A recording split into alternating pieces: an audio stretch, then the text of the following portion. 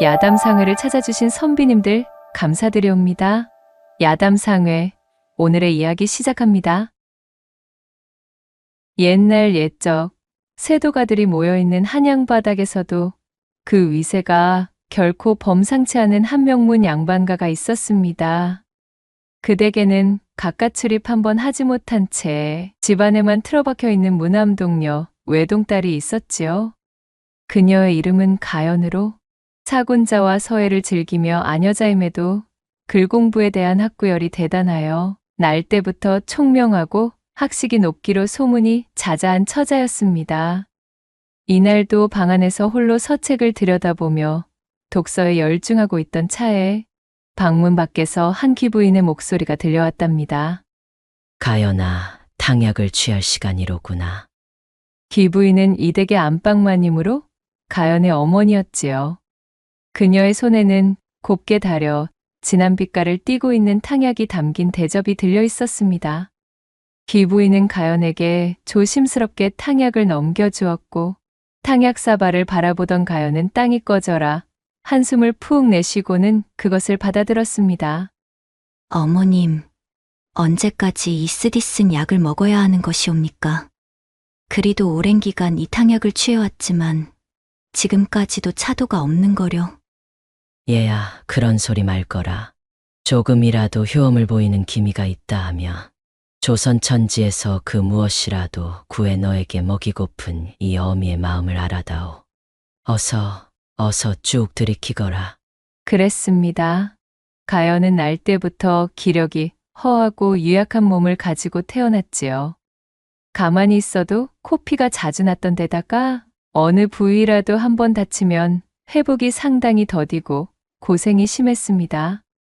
그 예전 가연이 자신의 병세를 깨닫기 전이었던 어린 시절, 호기심이 동해 산과 들을 뛰어놀다 나뭇가지에 살짝 쓸린 상처로도 그것이 곪고 열병까지 유발하여 죽을 고비를 넘긴 이후로 바깥 출입을 금지당한 채 제 방 안에서만 지내야 했습니다. 또한 곧불과 천식, 기침도 잦았기에 성장하면서 닥친 잔병치레 역시 셀 수조차 없이 많았습니다. 잔뜩 찌푸린 미간으로 탕약을 모두 비운 가연은 귀부인이 내민 약과를 낼름받아 입에 물고는 말했습니다. 참으로 옥사에 갇혀 지내는 기분과도 같아 답답하기가 이루 말할 수가 없습니다. 그렇지 않아도 내 너에게 그것과 관련하여 해줄 말이 있구나. 방금 전 의원이 다녀가 너의 병세에 관한 조언을 해주고 갔단다. 복잡하고 정신없는 이 한양 바닥에서는 내게 어떤 악영향이 끼칠 것인지 그것을 담보할 수 없기에 집안에서만 지내야 했다만 산세가 깊은 아랫고을로 비접하여 거기서 지내게 된다며 너의 병세에도 차도가 있을지 모른다고 말이야. 귀부인은 하나뿐인 여식이 오랜 병환으로 집에만 갇혀 지내는 것이 못내 안쓰러워 터져나오려는 눈물을 참으며 말했습니다. 정말인가요, 어머니? 그럼 그곳으로 비접하게 되면 더 이상 방 안에서만 갇혀 지내지 않아도 괜찮다는 것이지요? 바깥 구경도 마음대로 할 수 있고요? 좋아요. 너무 좋아요. 말만 들어도 참으로 신나지 뭔가요. 당장 짐을 꾸리도록 하겠어요, 어머니. 제 어미의 말에 가연은 어린아이처럼 방방 뛰며 기뻐했습니다. 그런 자신의 딸을 바라보는 귀부인의 표정에는 일순 안쓰러움이 스쳐 지나갔으나 이내 웃음을 띤 채 기뻐하는 딸을 토닥여 주었지요. 어머니의 결정대로 가연은 건강을 회복하기 위해 깊은 산골 마을로 비접을 감행하였습니다. 가연을 보필할 하인들과 가사도구들을 잔뜩 실은 일행이 마을에 도착했고 항시 한적하던 마을에 한양에서 당도한 휘황찬란한 인파의 행렬이 들어서자 호기심이 생긴 사람들이 마을 어귀까지 구경을 나왔습니다. 가마 속에서 바깥 풍경을 구경하던 가연은 입을 벌린 채 감탄을 맞이 않았지요. 이곳은 가연의 어머니가 태어나고 자란 산골마을로 예전부터 맑은 공기와 깊고 드넓은 산세 속 영험한 기운이 도사리는 곳으로 유명했습니다. 사람들로 북적거리는 한양 바닥에서 담벼락 너머로 끊임없이 들려오는 말과 소, 인파가 뒤섞인 소음 소리에 익숙하던 가연은 자연을 벗삼은 새소리와 청명한 바람, 숲풀로 우거진 녹음의 향기에 완전히 취하고 말았습니다. 벌써부터 온몸이 건강해지는 기분이야. 어머님의 고향은 정말이지 참으로 근사한 곳이구나. 이곳에서 지내며 내 심약한 병세를 싹 도려내었으면. 앞으로 지내게 될 저택의 당도한 가연은 곧바로 들판을 향해 뛰쳐나왔습니다. 맨발로 풀숲을 밟아보던 가연은 발끝에서 전해져 오는 싱그러움에 깨르륵 웃음을 터뜨리며 소리쳤습니다. 제 방이 세상의 전부인 양 같아만 지내던 가연에게 이 드넓은 자연의 공간은 말 그대로 극락과도 같았답니다. 몹시 들뜬 가연을 걱정한 하인들이 우르르 따라 나서 그녀를 자중시켰지만 발끝부터 폐부 가득히 신선한 공기와 자연으로 짜릿짜릿해진 가연은 기쁨이 가라앉지 않았습니다. 그렇게 산골마을에서 새로운 시작을 하게 된 가연이 점차 이곳의 생활에 익숙해져 갈 때쯤이던 어느 날, 따스한 햇살을 받으며 산책을 나간 가연의 눈에 널쩍한 바위 위에 앉아 조악하게 만든 낚시대를 들이우고 낚시를 하고 있는 한 사내가 들어오게 되었습니다. 그간 집안에서만 갇혀 지내던 가연은 이토록이나 가까운 거리에서 제 또래의 사내를 바라보는 것이 생전 처음이었지요. 호기심이 동한 가연은 잔뜩 두근거리는 심장을 가다듬고 사내의 곁으로 다가섰습니다. 졸고 있는 것인지 물가 표면에 비친 윤슬을 내려다보고 있는 것인지 구분할 수 없을 정도로 평온한 표정을 하고 있던 사내는 가연의 인기척에 뒤를 돌아보았습니다. 오라, 니신가 하였더니 일전 한양서 당도하신 낭자 아니시오. 그래, 날이 좋아 산보라도 나오셨는가 보지요. 자신을 알아보며 반가워하는 사내의 목소리에 가연의 두 뺨이 금세 복숭아빛이 되었습니다. 그녀는 잔뜩 긴장된 목소리로 더듬거리며 답했지요. 나 남녀가 유별하거늘. 어찌 이리 가볍게 말을 건네시는지요. 붉게 상기된 얼굴로 몸을 베베꼬며 말하는 가연을 힐끗 바라본 사내가 너털웃음을 터뜨리고는 말했습니다. 남녀가 유별하다고는 하나 낭자의 미색이 하도 뛰어나기에 내 도저히 가볍게 말을 건네지 아니할 수가 없질 않았겠소. 탓하려거든 그대의 아름다움을 탓하시지요. 사내는 농을 건네며 껄껄 웃었고 가연의 얼굴은 그야말로 익은 홍시가 되어 마치 붉은색 물감이 뚝뚝 떨어질 지경으로 새빨갛게 달아올라 있었습니다. 그렇게 가연은 사내의 권유로 그 옆에 다소곳이 앉아 유유자적 낚시를 즐기고 있던 사내와 이런저런 이야기를 나누었습니다. 사내는 자신의 이름이 경천이며 자신 또한 과거 공부를 위하여 평안도에서 이곳까지 당도에 지내고 있다 설명해 주었지요. 경천은 매우 호탕한 성격의 짓궂은 소리가 입버릇이었지만 예의가 바르고 세심하였기에 금세 가연의 마음을 사로잡았습니다.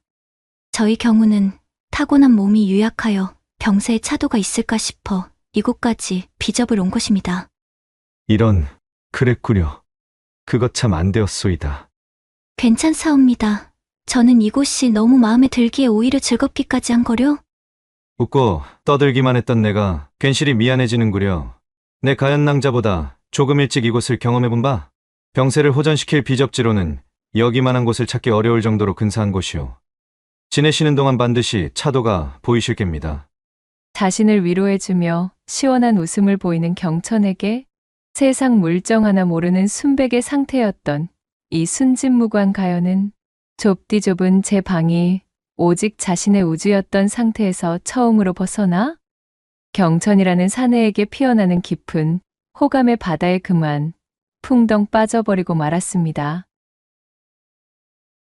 그날 이후로 가연은 고삐 풀린 망아지가 되어 틈만 나면 경천과 만나 여기저기를 어울려 다녔습니다. 한양에서라면 지긋지긋한 사대부의 규율과 예절 교육에 아녀자의 신분으로 성치도 않은 몸을 간수하고 몸가짐을 단정히 하라며 듣기 싫은 잔소리를 늘어놓는 식구들 뿐이었겠지만 이곳은 그야말로 가연에게 자유의 상징 같은 곳이었지요. 경천은 가연의 답답한 소가리를 훤히 들여다보듯 가슴 속에 가려운 곳만 쏙쏙 찾아내 긁어주는 쾌청한 남자였습니다. 예의를 잃지 않았고 늘 가연의 이야기에 귀를 기울였으며 또한 진심을 다하여 그녀의 병세와 다친 마음을 걱정해 주었지요. 가연은 경천과 대화를 나누고 있노라면 이다지도 자신과 합이 맞는 사내가 달리 존재할 수 있을까 싶은 마음에 조선 천지에 그와 같은 사람은 없을 것이라는 생각이 가득 차는 것이었습니다. 가연낭자, 오늘은 산으로 올라가 가연낭자의 병세에 효험이 있는 이런저런 약초들을 찾으러 가볼까 하는데 어떠시오? 함께 하시겠소? 그럼요. 물론입니다, 선비님. 우리 어서 가보아요. 어느 날 아침 경천이 가연을 찾아와 약초 채집 동행을 제안했고 안 그래도 경천의 얼굴을 볼 구실이 없나 고민하던 가연은 흔쾌히 그 제안을 수락하게 되었지요. 두 사람은 산으로 향하는 길목에서부터 산새가 우거지는 곳까지 서로 잡아주고 끌어주며 즐거운 이야기꽃을 곁들인 채 나아갔습니다. 그렇게 경천이 점찍어둔 목적지에 다다른 두 사람은 이런저런 약초를 찾는 것에 몰두하기 시작했습니다. 선비님, 여기 이것 좀 보셔요. 세상에, 흰 꽃이 너무 예쁘게도 피었어요. 그것은 구절초라 부르는 약초요. 처음 개화할 때는 어두운 분홍색이지만 점점 흰색으로 밝게 자라난다오. 마치 가연낭자처럼 화사해지는 녀석이지. 구절초도 가연낭자의 병세에 도움이 되는 효능이 많으니 넉넉히 캐도록 하십시다. 아, 아잉 선비님도 참 무슨 그러한 말씀을. 헌데 선비님께서는 모르시는 것이 없으시옵니다. 서책만 들여다보시는 분이 아니시군요. 실하게도 이리 관심을 쏟으시는 것을 보면 말입니다. 하, 그렇게 보였소. 내 언젠가는 고리타분한 서책 해석이나 글공부에서 벗어나 좀 더 드넓은 학문을 탐구하는 세상이 올 것이라 믿어 의심치는 않소만. 우리 부모님께서는 하등 쓸모없는 일에 매달린다며 나를 타박하지 않겠소. 자신의 말에 머쓱하게 웃는 경천의 얼굴을 보며 가연은 동병상련의 감정을 느끼고는 그가 더욱 가깝게 여겨졌습니다. 그렇게 약초를 찾으며 약초에 유래된 이런저런 대화들을 주고받는 사이 시간은 어느덧 훌쩍 지나가 버렸고 두 사람이 약초에 정신을 파는 사이 하늘이 어둑어둑검게 물들더니 이내 굉음을 내며 굵직한 소나기가 쏟아지기 시작했습니다. 이런! 큰일이오! 가연낭자! 어서 이리로! 준비도 없이 산중에서 소나기를 만난 두 사람은 비를 피할 겨를도 없이 온몸이 홀딱 젖어버리고 말았습니다. 때마침 근처의 작은 동굴을 발견한 경천이 가연을 대동해 동굴 속으로 몸을 피하게 되었지요. 아니, 낭자! 온통 젖어버리지 않았소이까? 이거 참으로 큰일이오! 잠시만 기다려주시오! 내 당장 물을 피우리다! 온몸이 젖어 비단옷이 몸에 달라붙은 가연이 추위에 오들오들 몸을 떨고 있자 경천은 깜짝 놀라 황급히 쌈지 안에서 부싯돌을 꺼냈습니다. 동굴 안에 널브러진 불쏘시개들을 긁어 모아 불을 피워낸 경천이 가연에게 말했지요. 이거 공연히 이런 깊은 산중으로 낭자를 데려오는 바람에 이런 사달이 나고 말았고요. 내 참으로 미안하기 그지없습니다. 경천의 말에 가연은 미소를 지어 보이며 고개를 가로저었지만 그녀의 입술은 새파래지고 있었고 보기에도 안쓰러울 정도로 온몸이 덜덜 떨리고 있었습니다. 젖은 의복을 이대로 방치하면 필시 고풀이 걸릴 것이고 열병으로 번지게 되면 병세가 있는 낭자에게는 몹시도 위험합니다. 이러한 말을 꺼내기가 대단히 저하나 젖은 의복을 탈의하고 몸을 말려야만 하오. 이는 낭자의 안위에 치명적이기에 내 감히 이런 말을 드리는 것을 양해해 주길 바랍니다. 경천이 바닥을 향해 고개를 떨군 채 조심스럽게 말했고 그 말에 얼굴을 붉힌 가연은 잠시 고민하였지만 이내 경천의 말을 따르기로 결정했지요. 선비님께서 그리 말씀하신다면 따르겠사옵니다. 그럼 나는 돌아 앉아 있을 것이니. 경천은 차마 고개도 들어올리지 못하고 몸을 뒤로 돌린 채 가연을 등지고 앉았습니다. 가연은 경천의 넓은 등을 물끄러미 바라보다 이내 천천히 탈의를 시작했습니다. 뒤돌아 있는 경천의 귓가로 가연의 옷가지들이 사락사락 스치는 소리가 들려왔지요. 그것은 동굴 속 가득 차 있던 세찬 소나기 소리조차도 뚫고 선명하게 들어올 정도로 매우 강렬한 소리였습니다. 저기 선비님. 저는 이제 되었으니 선비님께서도. 그러다 선비님도 곧불에 걸리시면 큰일입니다. 알겠소이다. 가연의 말을 들은 경천도 등을 돌린 채 허둥지둥 탈의를 하였고 두 사람은 모닥불을 가운데에 두고 서로 등진 상태로 얼굴을 붉힌 채 헛기침으로 서로의 무안함을 드러낼 뿐이었습니다. 바깥은 요란한 소나기로 혼탁하기만 한데 동굴 속은 타닥타닥 모닥불이 타들어가는 소리와 함께 마치 시간이 멈춘 듯 고요하고 조용하니 너무도 이상한 일이었지요. 드넓은 조선에 단 두 사람만이 존재하는 것 같았습니다. 그때 경천의 귀에 가연이 닥쳐온 추위에 힘겨워하며 이를 부딪히는 기색이 들렸습니다. 낭자, 괜찮으십니까? 이거 참으로 큰일인데, 아직 소나기가 한참이라 이대로는 하산할 수도 없는 일인데. 이쯤은 괜찮습니다. 그보다도 선비님, 정령 사람이 체온을 잃게 되면 깊은 병세에 빠져 위험할 수도 있는 일인지요. 등 뒤로 들려오는 가연의 물음에 사색이 된 경천이 허둥지둥 답했습니다. 물론입니다.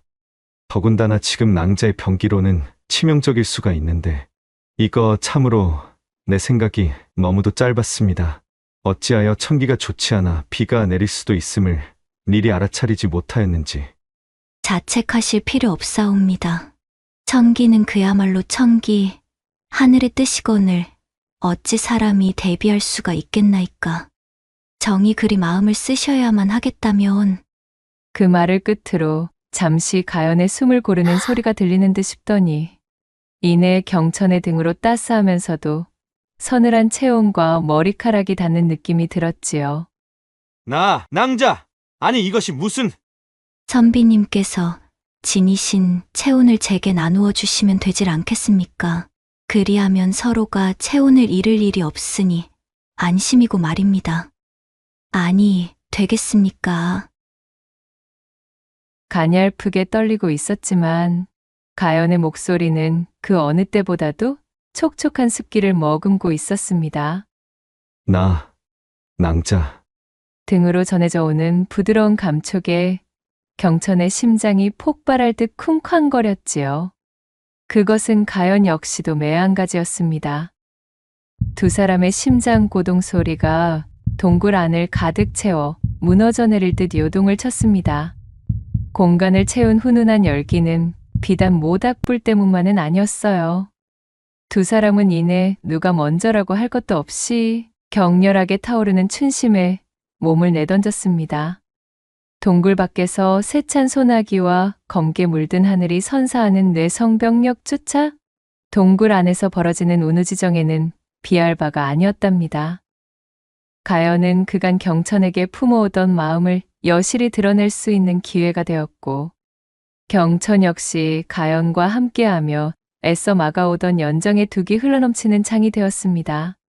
그렇게 두 사람은 깊은 사랑을 나누며 체온을 유지할 수가 있었지요. 선비님, 처음 선비님을 배웠을 때부터 소녀는 어쩐지 훗날 일이 될 것만 같다는 생각이 들었사옵니다. 참으로 선비님을 만날 수 있어서 얼마나 다행인지 모르옵니다. 내가 할 말을 낭자가 먼저 하시는구려. 나 역시 이 고을로 내려와 지내게 된 것을 천지신명께 감사하는 것으로 하루를 시작한다오. 낭자 덕분에 내 인생이 더욱 값진 것이 되었소. 두 사람은 서로의 손을 맞잡고 입술을 나누었고 이 특별한 경험을 양분 삼아 두 사람의 연심은 활화산처럼 타오르게 되었습니다. 이것은 가연에게는 엄청난 사건이었으며 지대하게 큰 영향을 미쳐 마음속에 경천에 대한 사랑의 감정이 뿌리 박히게 되는 계기가 되었지요. 한참 뒤 소나기가 멎어 하늘은 금세 맑게 개었고 경천은 서둘러 가연을 보필하여 산을 내려와 그녀를 집까지 바래다 주었습니다. 비를 맞게 되었으니 촉히 몸을 보필하고 곧불이 걸리지 않도록 몸을 따뜻하게 유지하셔야 합니다. 네, 아직까지도 낭자에 대한 걱정이 멎지를 않습니다. 걱정하지 마셔요, 선비님. 오늘 선비님께서 저를 따뜻하게 품어주셨으니 한낱 곧불 따위가 제게 찾아올 일은 없을 것이옵니다. 저는 아직도 선비님의 온기가 제게 남아있는 기분인걸요. 이런 충만한 기분은 난생 처음이라 오히려 온몸이 뜰듯이 끌어넘치는 느낌이옵니다. 가연은 양보를 홍조로 가득 물들이면서도 화사하게 웃으며 대답했고 그 얼굴을 본 경천도 몹시 애틋하여 그녀를 따뜻하게 안아주었지요. 그렇게 아쉬움을 뒤로한 채 설레는 마음을 간직하고 집으로 돌아간 가연은 그날 밤 자신의 말대로 온몸이 펄펄 끓는 열병을 경험하게 될 줄은 몰랐습니다. 이 일을 어쩌면 좋단 말인가? 아이가 이 지경이 될 동안 보필하는 하인들은 대체 무엇 했다는 것이야? 그날 이후로 가연에게 약한 곧불 기운이 찾아오더니 이내 온몸이 불덩이가 되어 식은땀을 뻘뻘 흘리며 자리에 드러눕게 되었습니다. 소나기를 맞고 체온이 떨어져 사시나무 떨듯 몸을 떤 것이 원인이 되어 지독한 열병이 가연을 덮친 것이지요. 연통을 받고 황급히 내려온 가연의 어미는 자리에 누운 딸의 병세에 걱정이 이만저만이 아니었습니다. 얼마 전까지만 하더라도 나날이 상태가 좋아지고 있다기에 내 참으로 기뻐했거늘. 어찌 이러한 일이? 이대로는 도저히 아니 되겠다. 내 당장 한양으로 연희를 데려가 그곳에서 치료받을 수 있도록 해야 하겠구나. 혼수 상태로 끙끙거리는 딸을 내려다보던 어미는 결국 그녀를 한양의 유명의원에게 데려가 치료하기로 결정했습니다. 그동안 이곳에서 가연의 병세가 나날이 호전되며 무엇보다도 얼굴에 확연한 생기를 머금은 채 밝아졌다는 소식을 들어왔기에 비접을 결정한 것에 크게 안심하고 있던 어미였습니다. 허나 이렇듯 하루아침에 원인 모를 열병을 얻어 사경을 헤매는 딸을 보고 있으니 더는 이곳에서 시간을 허비할 수 없다는 생각이 든 것이지요. 그리하여 일각의 지체도 없이 가연은 한양으로 이송되게 되었습니다. 경천에게 자세한 소식 한 통 전달할 새도 없이 이루어진 일이었지요. 경천과 정연을 약속하고 만남을 지속해오던 것은 가연을 제외하면 그 누구도 알지 못하는 사실이었기에 어쩔 수가 없었던 것입니다. 그렇게 가연이 호련히 한양으로 떠나버린 후 텅텅 비어버린 가연의 별장대문 앞에 선 경천은 크게 한숨을 내쉬었습니다. 그제서야 경천은 자신이 사모에 맞지 않는 가연에 대해 아는 것이 너무도 적다는 것을 깨달았지요. 한양 바닥 그 어디에 가연의 본가가 위치해 있는지, 정확히 그녀의 병세는 어떠한지, 한양 어디에 의원을 찾아간 것인지, 애타는 마음을 잠재울 만한 그 어떤 단서조차도 가지고 있지 않았습니다. 내 그간 나의 마음만 앞세우느라 가연 낭자에 대한 깊이가 부족한 것을 못내 덮어두고만 있었구나. 참으로 한심하기 짝이 없도다. 그녀의 병세가 위중해진 이유도 따지고 보면 나의 탓 아니던가. 나 같은 사내가 어찌 그녀의 정인이 될 자격이 있겠는가. 경천은 하늘을 바라보며 원망 가득한 얼굴로 통탄했습니다. 한편 한양에 도착한 가연에게는 또다시 옥사에 갇힌 것 같은 칩거 생활이 시작되었습니다. 자택에는 유명한 의원이 2명이나 상주하여 그녀의 병세를 돌보고 있었습니다. 천만다행으로 의원들의 눈부신 활약 덕분에 위험한 열병의 고비는 넘기고 펄펄 끓던 열은 잡았지만 산골 마을에 두고 온 경천에 대한 그리움으로 새롭게 생긴 상사병은 기존의 병세와는 확연히 다른 무서운 속도로 가연을 집어삼킨 터였습니다. 자세한 영문을 알리 없었던 의원들도 도무지 손을 쓸 방도가 없었지요. 치료를 받으면서도 경천에 대한 생각으로 가연의 머릿속은 온통 혼탁해져 있었습니다. 눈만 감으면 경천의 얼굴이 떠오르고 그의 목소리와 그의 손길이 너무도 사무치는 것이었습니다. 날이 갈수록 가연의 입술은 메말라가고 덩달아 떨어진 식욕으로 눈에 띄게 야위어만 같지요. 온종일 멍한 표정으로 창밖의 하늘만 응시하고 있는 딸의 상태에 집안의 걱정도 이루 말할 수가 없었습니다. 비접을 보냈던 당시 그리도 활발하고 쾌활하게 웃던 그녀였거늘 지금은 같은 사람이라고 여기기 힘들 정도로 물이 부족하여 고사한 화초처럼 시들어 버렸으니까요. 선비님은 지금 무얼 하고 계실까? 내 생각을 하고 있을까? 선비님께 한양바닥 어디에 내가 기거하고 있는지 전하지도 못하였는데 다시 한번 선비님의 목소리를 들을 수만 있다면 더는 원이 없겠구나. 자신을 과잉보호하는 어머니에게 경천의 존재를 알리기라도 했다간 경을 치기 십상이었습니다. 누구에게도 말할 수 없어 끙끙 소가리만 하고 있던 가연의 병세는 도무지 호전될 수가 없었습니다. 내 이대로 좌시할 수는 없는 노릇이다. 도무지 가연낭자의 안위가 걱정되어 이대로 있을 수가 없구나. 눈에 들어오지도 않던 서책을 집어던지며 경천이 소리쳤습니다. 가연이 한양으로 향한 지 벌써 달포가 지난 시기였지요. 그녀에 대한 그리움으로 뒤죽박죽이기만 한데 지금 이 순간에 과거 공부 따위가 손에 잡힐 리가 없었습니다. 경천은 결심했다는 듯 그리고 더는 미룰 수 없다는 듯 결의에 찬 눈으로 자리를 박차고 그년이 일어섰습니다. 당장 한양으로 향해야겠도다.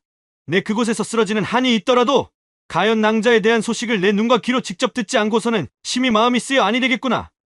그는 짐을 꾸려 빠르게 개나리 보찜을 싸맨 뒤 집에 남아있는 집신을 몽땅 끌어모아 보찜 안에 쑤셔 넣었습니다. 얼마 되지 않는 노자를 품에 갈무리한 경천은 그 길로 집을 나서 한양행으로 발걸음을 옮겼지요. 내 진작에 일이 나섰어야만 했다.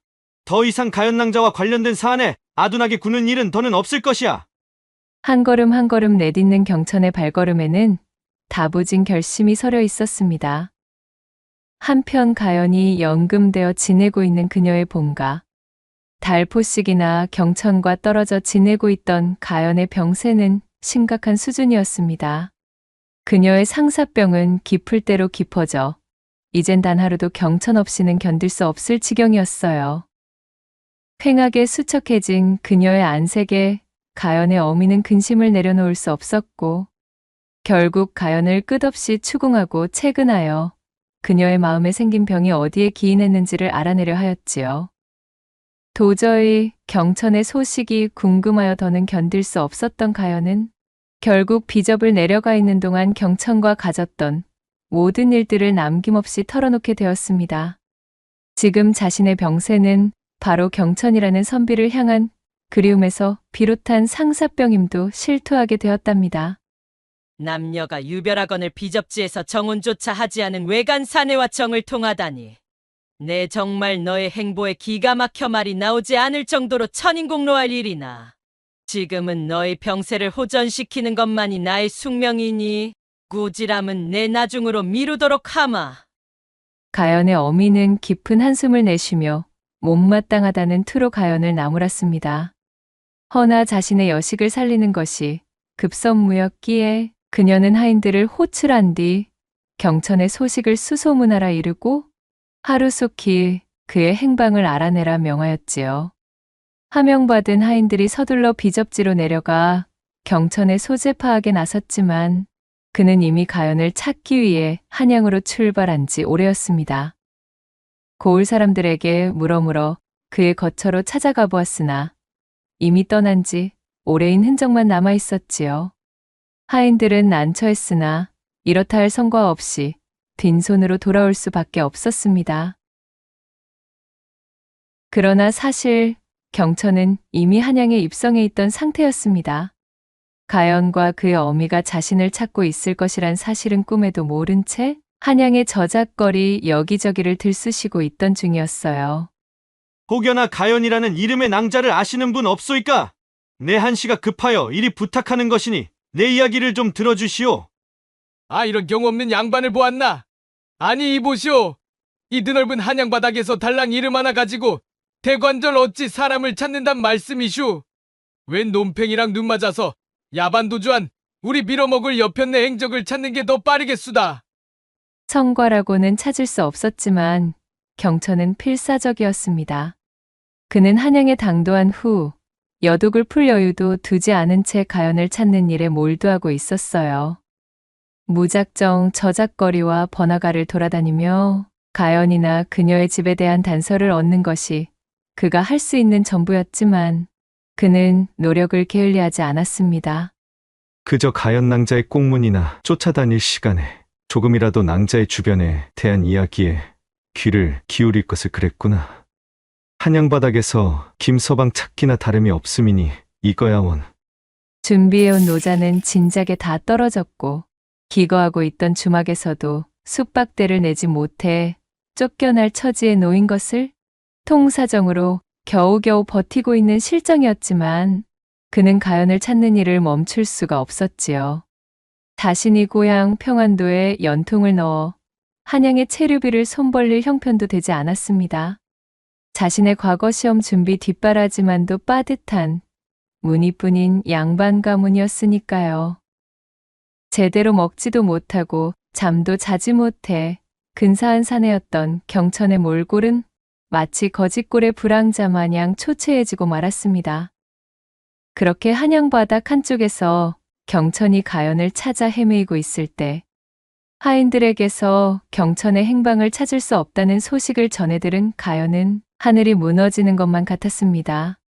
자신이 열병으로 알아누워 의식을 잃었던 사이 경천에게 이런 방구 말도 전하지 못한 채 비접지를 벗어난 것이 너무도 원망스러웠지요. 지금쯤 선비님은 나를 찾고 계실까? 아니면 소식 한 통 없이 자신을 떠나버린 것을 원망하시어 나 같은 것은 깨끗하게 잊고 과거 길에 오르셨을까? 아, 나의 선비님. 선비님이 그리워 잠을 이룰 수 없는 이 소녀의 마음을 어찌 전할 수가 있을까요? 의원들의 성심성의를 다한 간호로 체력은 많이 회복한 상태였지만 그리운 이를 보지 못하는 마음의 병이 깊었던 가연은 이대로 도저히 집안에 갇혀 지내고 있을 수만은 없었습니다. 이렇게 허송세월을 보내며 경천에 대한 소식 한 줄 들을 길도 없이 시간만 축 내고 있다면 자신은 살아도 살아있는 것이 아니라는 생각이 들었지요. 이 한 목숨 어찌 되는 일이 있다 하여도 길이 한양에서 선비님의 행방조차 모른 채 두 눈만 껌벅이고 있을 수만은 없구나. 굳은 결심을 세운 가연은 어미 모르게 몰래 모아둔 폐물 상자를 열어 값이 나갈 만한 것들을 모조리 챙겨 보따리를 꾸렸습니다. 극성맞고 과보 일색인 자신의 어미에게 반하는 일을 해야만 하는 상황이 생길 것을 대비해 요긴하게 사용하기 위하여 틈틈이 모아둔 것들이었지요. 그날 밤 삼경이 다가올 무렵 가연은 지키고 섰던 하인들이 조는 틈을 타 살금살금 자신의 방을 빠져나와 월담을 감행했습니다. 어디서 그런 기운이 솟았는지 야윈 몸이 더없이 가볍기만 하였지요. 선비님을 찾아 나설 생각을 하니 온몸에서 기운이 샘솟는구나. 어머님, 부디 제 걱정일랑 말아주셔요. 저는 이 집안에 갇혀있는 것이 오히려 죽을 만큼 고통스럽습니다. 저는 반드시 선비님을 찾아 제 운명을 바꾸어 보겠어요. 가연은 보따리를 소중히 품에 안은 채 그렇게 삼경의 어둠 속으로 달아나 버렸습니다. 시간이 얼마나 지났을까요? 경천은 자신이 한양에서 생활한 지 벌써 얼마나 시간이 지났는지 세는 것을 잊어버렸습니다. 지내던 주막에서는 진작에 쫓겨났고 잦은 노숙과 길거리 생활, 그걸로 겨우 연명한 덕분으로 허름한 행색이 말이 아니었지요. 그럼에도 그는 아직도 가연을 찾을 수 있는 실마리를 얻는 일이라면 눈에 불을 켜고 쫓아다녔습니다. 자신이 이토록이나 고생하는 이유는 바로 가연에 대한 깊은 관심을 기울이지 않은 자신의 경솔함에서 비롯된 것이니 고생길이 열려도 싸다 여기고 있었지요. 그는 넓디 넓은 한양의 저작거리를 구획별로 나누어 뒤지고 있던 터였습니다. 막무가내로 찾는 것보다 그것이 효율적이라 여겼기 때문이었어요. 오늘은 남문 바깥 구역을 탐문해 보도록 해야 하겠구나. 하루 종일 아무것도 먹지 못하였더니 기운이 없는 것이 앞으로 얼마나 더 이 생활을 지속할 수 있을지 알 수 없는 노릇이로군. 그는 줄임배를 움켜쥐며 천천히 걸음을 옮겼습니다. 그러다 문득 스쳐 지나가는 주막 안에서 탁배기를 나누는 몇 명의 사내들이 나누는 이야기를 흘려듣게 되었지요. 자네 그 이야기 들어보았는가? 저 아래쪽 저작거리 뒤편에 그 외 노비들을 거래하고 관청에 입안받는 업무를 대신해주는 사관이 하나 있질 않은가? 아, 그렇지. 이따마다 노비 거래 공증을 받아다 주는 곳 아니던가. 그래, 거기 말이여. 거기에 얼마 전부터 웬 젊은 양반댁 처자가 한 명 기웃대기 시작했는데, 아니 글쎄 이 처자가 하루가 멀다 하고 거기 나타나서는 웬 남정네 하나를 찾아달라고 아주 관내를 휘젓고 난리가 아니었다는구먼. 연고도 없는 자가 한양바닥에서 오래 떠돌아다니면 필시 그 사관을 거치게 될 것이라면서 말이야. 오이, 눈이라도 맞은 사내인가? 양반대교식이 어쩌자고 그런 험한 곳까지 가서 남정네의 안부를 묻는 것이여. 거기는 신분이 탄탄한 사람들도 잘못 엮이면 졸지에 노비낙인이 찍혀 쥐도새도 모르는 곳으로 팔려가는 것이 일상인 곳인디 말이여. 아, 그러게나 말일세. 광증이 걸린 여인네 마냥 난동을 피우는 바람에 동원해서 나졸들이 나섰다는데 호련히 자취를 감췄다고 하지를 않는가. 목격한 자들에 의하면 분명 오랜 노숙 생활로 꾀죄죄한 처자였지만은 그 행색은 필시 양반집 여식 행색이라 그것이 참 신통한 일이 아닐 수가 없었다는구먼. 게다가 그 여식이 그 사내를 찾아주는 대가로 주겠다면서 품에서 내민 폐물이 아주 어마어마하게 값이 나가는 것이었다질 않은가. 그 소문을 들은 근방 왈패들이 그 여인을 찾아 싸그리 털어먹겠다며 아주 난리도 아니라네. 허참, 별일이 다 있구만. 그런 곳에서 폐물을 가지고 다니는 것을 동네방네 떠벌리고 다니다니 말이여. 이 험한 한양바닥에서 그리 똥오줌도 가리지 못하다니 아무리 곱게 자란 양반 내여식이라고 한들 세상 물정에 까막눈이어도 그리어두우면 험한 꼴 당하기 십상이지. 사내들의 담소를 어깨 너머 유심히 엿듣고 있었던 경천은 이상하게도 그냥 흘려버릴 수가 없었습니다. 자신의 오감이 이것에 대해 집중하라 말하는 듯한 기분이었지요. 그간의 고생길이 끝날 것만 같은 알 수 없는 희망마저 고개를 드는 느낌이었습니다. 아무래도 아니 되겠다. 내 이 두 눈과 두 귀로 확인하기 전에는 포기할 수가 없구나. 그 사관으로 찾아가 보아야겠도다. 물어물어 노비공증 사관의 구역으로 당도한 경천은 눈앞에 들어오는 살풍경한 모습에 숨을 들이켰습니다. 곳곳에 널브러져 있는 광인들과 불황자들, 당리를 갚지 못해 스스로 노비가 되어 팔려나가는 것을 기다리고 있는 사람들까지 자신이 그토록 떠돌아다닌 한양바닥과 같은 땅인지 근간이 가지 않을 정도로 이곳은 그야말로 생지옥과도 같은 모습이었으니까요. 희망을 잃어버린 자들이 모여있는 지상 최대의 나락이라는 생각이 한 번에 들 만큼 그곳의 분위기는 어둡고 암울했습니다. 어디서부터 가연낭자의 정보를 취합해야 할지 그것만으로도 막막하건만 초입부터 쉽게 해결될 것 같아 보이지는 않는구나. 만약 주막의 사내들이 말하던 소문이 사실이라면 가연낭자는 혈혈단신, 성치도 않은 아녀자의 몸으로 오로지 나를 찾기 위해 이런 곳을 드나들었다는 말이질 않은가. 가연낭자가 큰 위험에 처하기 전에 매 반드시 그녀를 만나야만 하겠도다. 경천은 자신의 허리춤끈을 졸라매고 심호흡을 하며 안쪽을 향해 들어갔습니다. 바로 그 순간 길바닥에 널브러져 있던 거린 행색의 선비 하나가 앞으로 나서던 경천의 발을 슬쩍 걸어버리는 것이 아니겠어요? 우앗! 중심을 잃고 쓰러진 경천이 와당탕 앞으로 굴러버렸고 이윽고 몸을 일으킨 그가 잔뜩 화가 난 목소리로 소리쳤지요. 아니 여보시오! 이것이 대체 무슨 해괴한 짓이오? 아, 사람이셨소. 허허 이거야 원. 네 미안합니다. 뜻하지 않게도 소경신세가 되어 앞이 보이질 않아 그러하니 이해 좀 해주시오. 소경이라는 말에 경천이 조금 머쓱해져 몸을 일으키며 살펴보자 실실거리는 얼굴로 이죽거리는 소경거리는 행색이 어째 자신과 엇비슷한 낭인 선비의 몰골을 하고 있는 것이었습니다. 거 조심 좀 하시지요. 그럼 나는 갈 길이 바빠 이만. 그러자 소경 선비가 경천의 소매자락을 덥석 잡아 그를 멈춰 세우고는 말했습니다. 며칠째 음식 한 끼 입에 넣지도 못하였는데 혹 요깃거리 없으십니까? 미안하지만 내 코도 석자요. 나 역시 음식 구경 못 해본 지가 아주 오래입니다. 보이지가 않아 모르나 본데 내 행색이 지금 그쪽과 별반 다르지가 못하오. 아니, 제 행색이 어떻다고 그러십니까? 보면 모르겠. 아, 볼 수가 없군. 이거 미안하오. 아무튼 당신 거린을 가까스로 벗어난 몰골이오. 이 지경이 되었는데도 모르시겠소?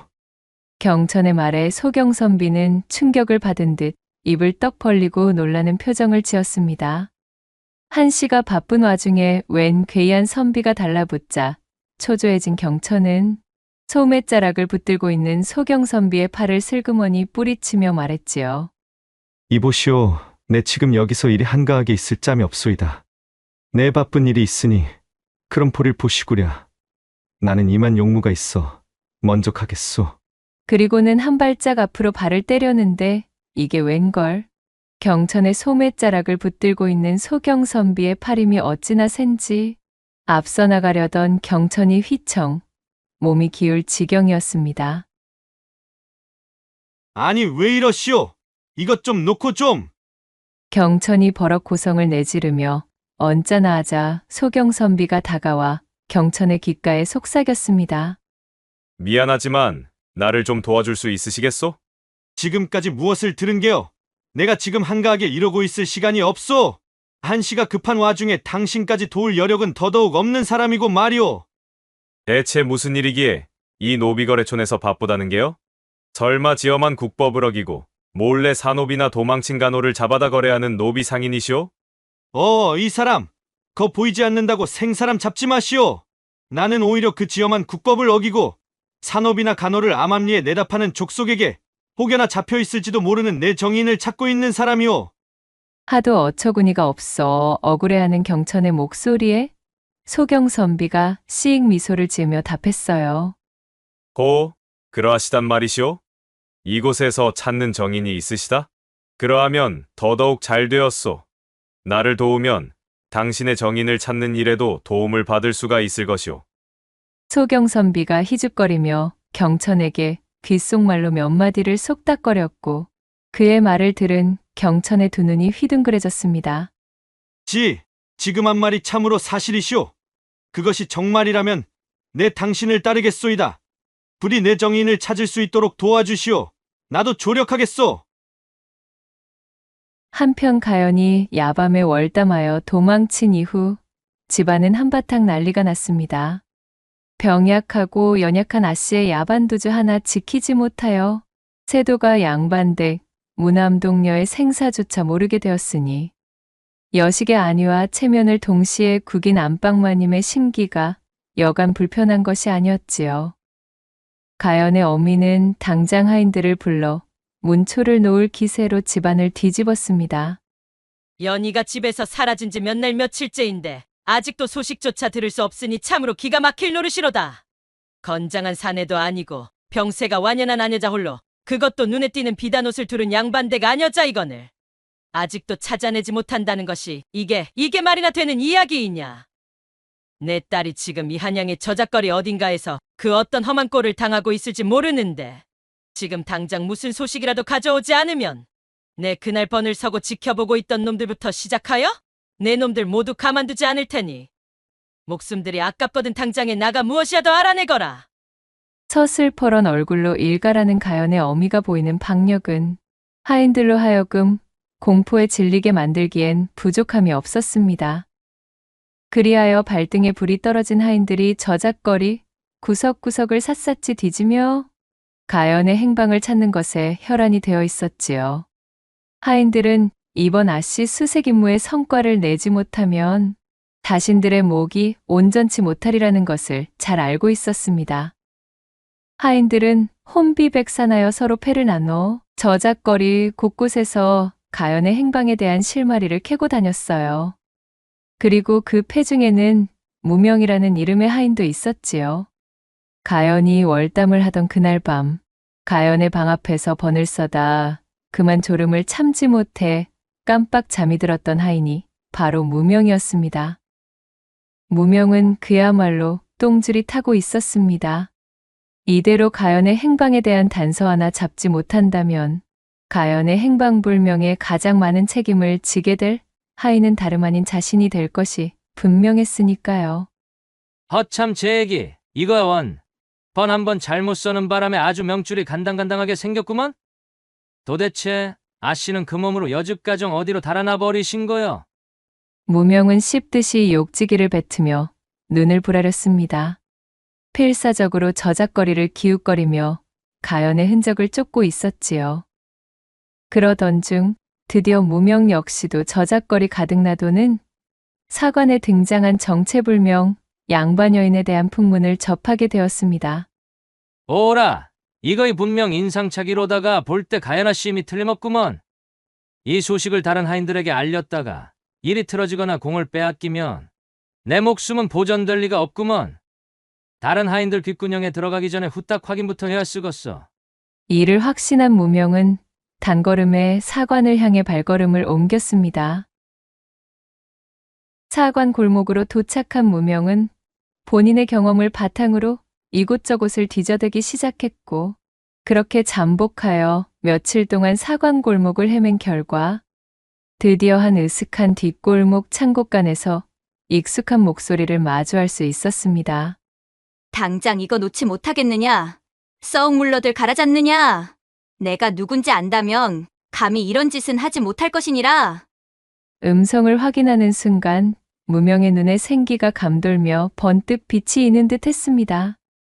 이 목소리는 분명 가연아 씨의 목소리가 틀림없구먼.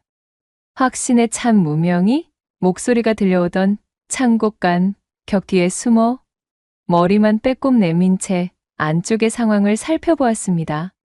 그 안에는 대여섯의 왈패들이 피로가 켜켜이 쌓인 채 몰골이말이 아니었던 가연을 애워싸고 있었지요. 경천의 소식을 찾아 사관골목을 얼마나 헤매고 있었는지 가연은 당장이라도 쓰러질 것 같은 꼬락서니로 오들오들 떨고 있었지만 그 안광만큼은 죽지 않고 서늘하게 살아있었습니다. 이보시오, 귀하신 여십분. 저기 바깥 시상에서 침깨나 뱉으면서 권세를 좀 누리셨는지 어쨌는지는 모르겠지만 이 사관골목 안에서는 그런 것이 무용지물입니다요. 여기는 족보는커녕 당장 내일까지 목이 붙어있을지 어떨지도 모르는 것들 천지라 아주 그냥 막 사라져 끼는 놈들 소굴이구먼요. 그런 놈들이 득식을 거리는 곳에서 그래 동네방네 깜나가는 폐물을 들고 다닌다고 떠벌리고 다니시니 우리 같은 놈들을 안 만나고 백이겠소? 네 이놈, 무엄하구나. 내가 찾는 사람에 대한 소식을 전해주는 자에게 보답으로 주겠다 하였지. 언제 폐물을 들고 다닌다 떠벌렸단 말이더냐. 어서 물러나지 못하겠느냐. 순진한 것이요? 멍청한 것이요? 아직도 상황 돌아가는 낌새 파악이 아니 되는 모양이신갑지요? 나는 지금 예서 이리 시간을 허비할 수 없는 몸이다. 왈패들을 향한 가연의 외침에 절박함이 가득 실려 있었습니다. 경천에게 도움을 요청한 소경선비는 본디 사헌부의 관리였으나 임금의 눈에 들어 이후에 임금 직속의 어명을 받들어 변복을 한 채 암행을 다니던 비밀 감찰관이었습니다. 국법으로 금하는 산호비 암매매 또는 도망친 간호들을 적발하여 해당 가문으로 돌려보내는 것이 아니라 웃돈을 얹어 머나먼 다른 곳으로 팔아치우고 공증문서를 날조해주는 이 사관 뒷골목에 대한 풍문이 조정에까지 닿아 있었기에 이에 따른 조사차, 변복을 하고 정탐을 하고 있었지요. 이들은 국법을 어기는 천비, 노비매매 말고도 신분이 중인, 심지어는 양인인 자들도 그 연고가 취약하다 하면 남몰래 인신을 겁박하고 연금하여 노비 낙인을 찍은 후 머나먼 섬이나 염전 등에 팔아치워버리는 악독한 수법까지도 자행하던 악랄한 자들이었습니다. 사관골목에 스며들어 이러한 패거리에 대해 자맹을 펼치던 소경선비는 자맹 도중 그만 이 사관 패거리에게 발각되었고 도망치던 패거리 중 하나가 집어던진 야경분의 눈을 당하고 만 것이었지요. 야경분은 명에서 건너왔다 전해지는 독분말로 안구에 접촉되면 며칠간 시력을 상실하는 독성을 지닌 가루였습니다. 그리하여 졸지에 소경신세가 되어 낭인처럼 길바닥에 쓰러져 있던 차에 우연히 경천을 만나게 되었지요. 앞이 제대로 보이지 않아 당장 나졸들을 동원하러 움직일 수도 없었고 낭인들이 판을 치는 이 사관 골목에서 그 누구도 믿을 수 없던 차에 우연히 만난 그것도 사람을 찾기 위해 절실한 외지인이었던 경천과의 만남은 한 줄기 기회와도 같았답니다. 소경선비는 모든 사실을 귀띔해주며 경천에게 자신의 눈이 되어달라 부탁하였습니다. 이에 경천은 매우 놀랐으나 어쩌면 가연을 찾는데 도움을 받을지도 모른다는 생각으로 이를 수락하게 되었고 그리하여 두 사람은 함께하게 되었던 것입니다. 헌데 과연 아무것도 모르고 방 안에서만 지내던 순진한 양반댁 여식이 이런 험하고 무서운 소문이 흉흉한 곳을 제 발로 찾아들 확률이 있다 보십니까?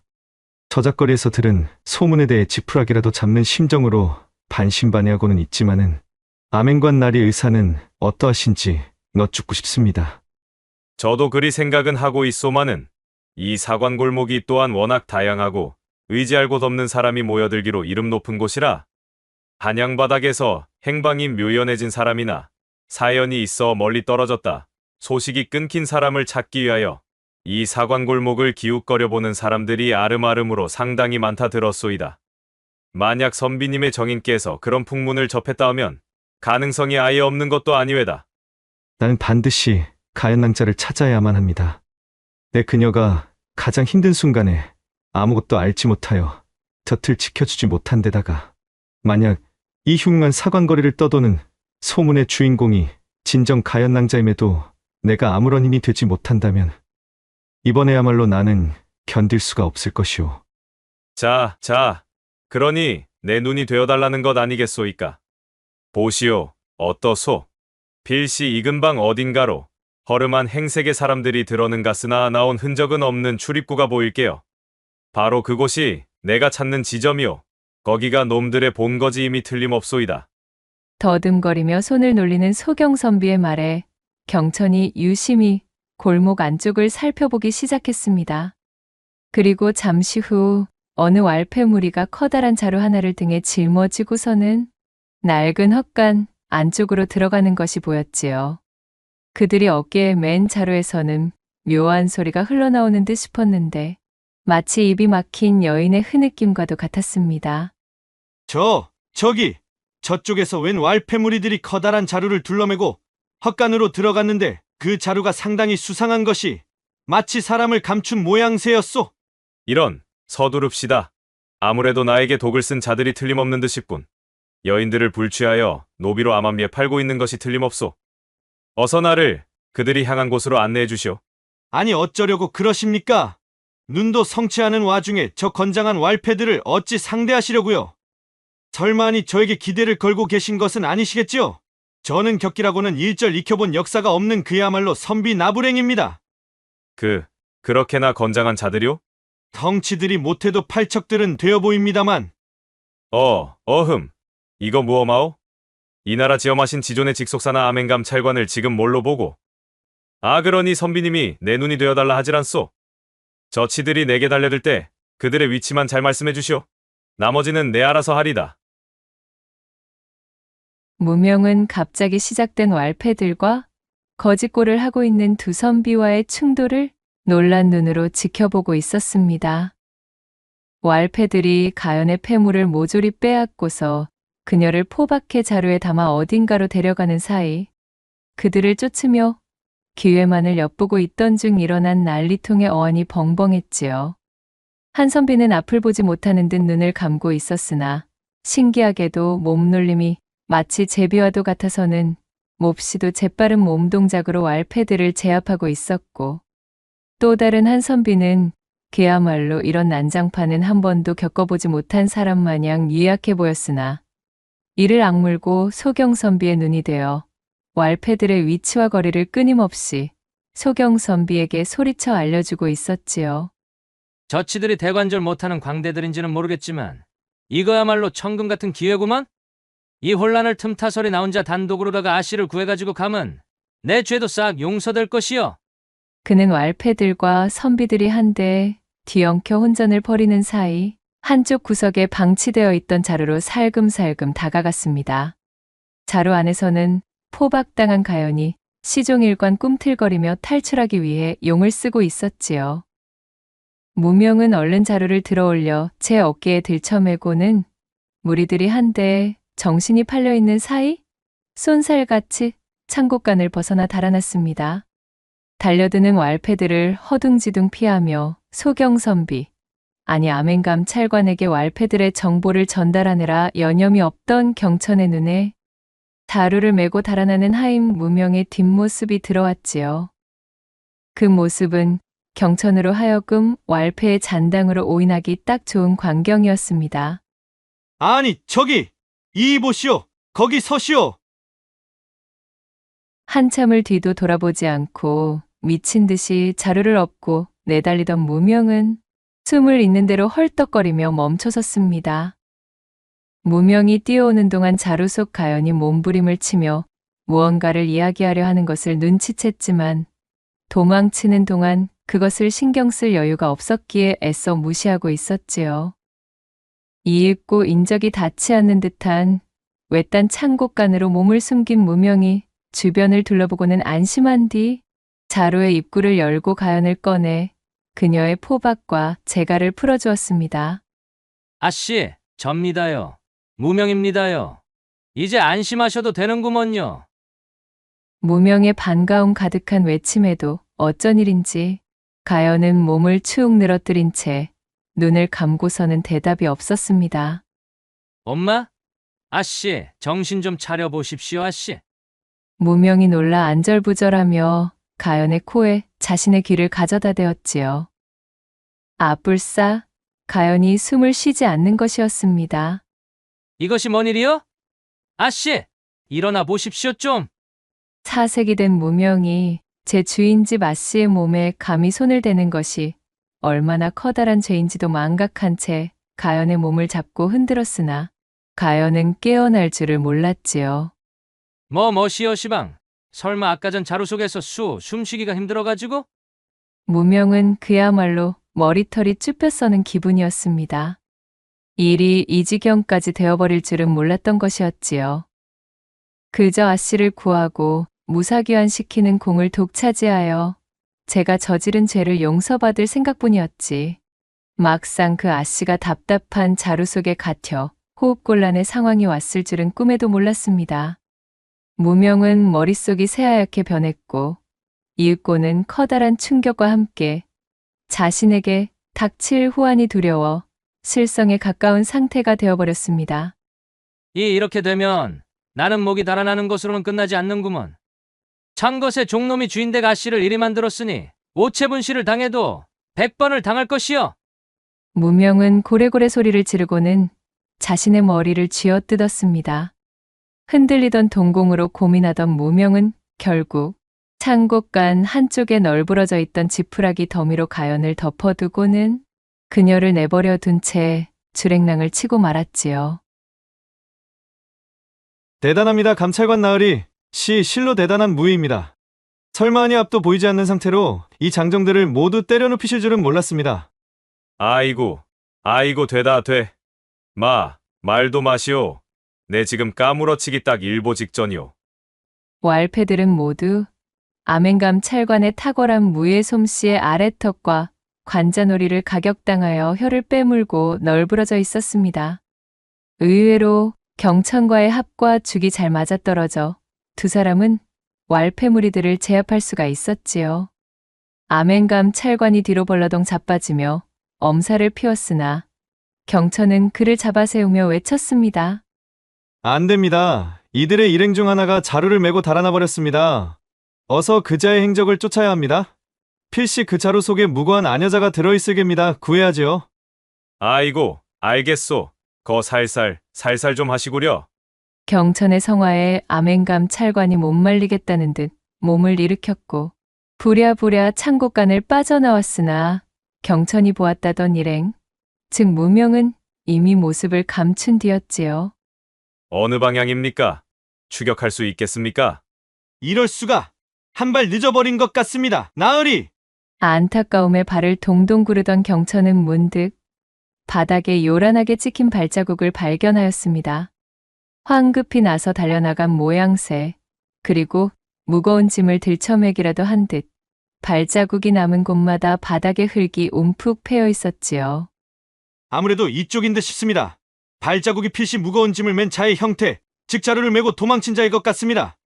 눈썰미가 아주 대단하시오. 자, 앞장서시지요. 두 사람은 황급히 발자국을 따라 나섰고 결국 가연이 쓰러져 있는 창고간의 앞까지 다다를 수가 있었습니다. 발자국이 여기서 끊어진 모양새입니다. 아무래도 놓친 것 같습니다. 경천이 아쉬움이 짙게 베인 목소리로 말했고 암행감 찰관이 대답했지요. 아무래도 이제 우리 두 사람만의 힘으로는 무리가 있을 듯 싶습니다. 놈들의 본거지도 알아내었고 이 사안을 토대로 관의 출정을 요청할 터이니 이만 물러나도록 하십시다. 우리가 손본 왈패들의 잔당이 아직 도사리고 있을 수도 있고 이 이상 이곳을 배회하는 것은 좋지 못한 선택 같소. 선비님은 훌륭하게 해내주었소이다. 이 일은 이제 관에 맡기시고 애타게 찾아 헤매던 정인의 흔적도 쫓아야 하지 않겠소이까? 감찰관의 말을 들은 경천은 못내 안타까운 표정이 되어 고개를 떨구고 말았습니다. 그리하여 힘없이 몸을 돌려 그곳을 벗어나려고 하는 순간 경천의 뒷목에서 털이 바짝 서는 기분이 들었습니다. 뭔가가 이상합니다. 전에도 한 번 이런 느낌을 받은 적이 있었지요. 묘하게 발을 옮기기 꺼림칙했던 경천은 자신의 직감을 믿고 주변을 두리번거리기 시작했습니다. 그리고 한 으슥한 창고간 쪽의 출입구로 향한 샛길에서 급박히 도망친 듯한 흔적의 발자국을 찾아내었지요.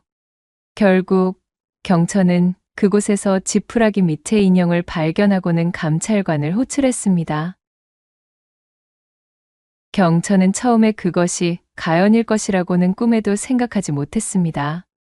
그러나 곧 눈을 감고 쓰러져 있던 여인이 그녀임을 알아차린 경천은 재회의 기쁨을 만끽할 새도 없이 가연의 이름을 목 놓아 부르며 실성한 사람처럼 그녀를 흔들어 깨우기 시작했습니다. 이보시오, 가연 낭자! 아니 대체 이게 어찌 된 일인게요? 어찌 이런 곳에 쓰러져 계시단 말이오? 내가 왔소이다. 경천이 왔소이다. 제발 눈을 좀 떠보시오.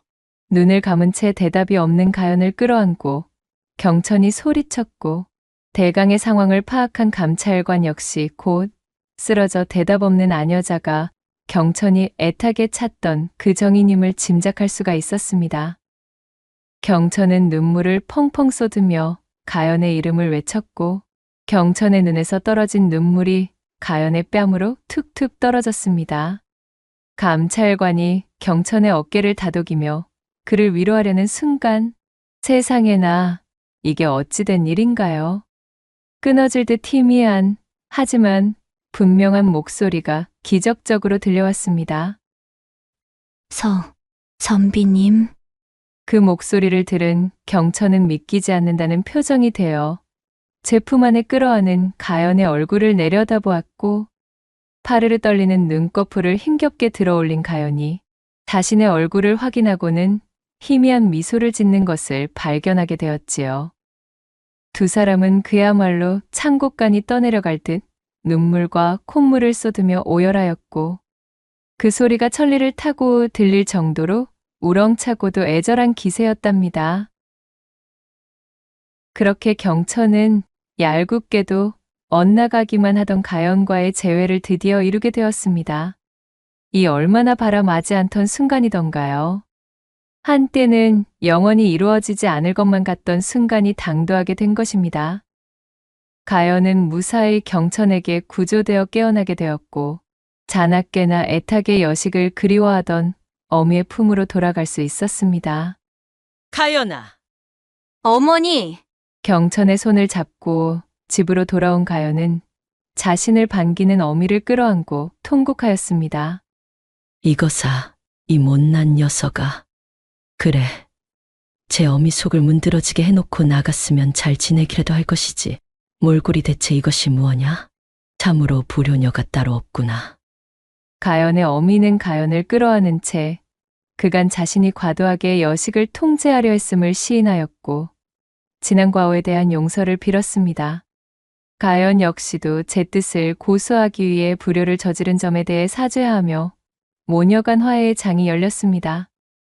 이윽고 함께 당도한 경천에게 모든 자초지종을 듣게 되었고 결국 자신의 딸을 살려낸 것 또한 경천이었음에 감사를 전하였지요. 한번 어긋난 것으로 사모하는 가연과 너무나 긴 시일을 떨어져 지내는 경험을 한 경천은 더 이상 두 번 다시 가연과 떨어져 지낼 생각이 없었습니다.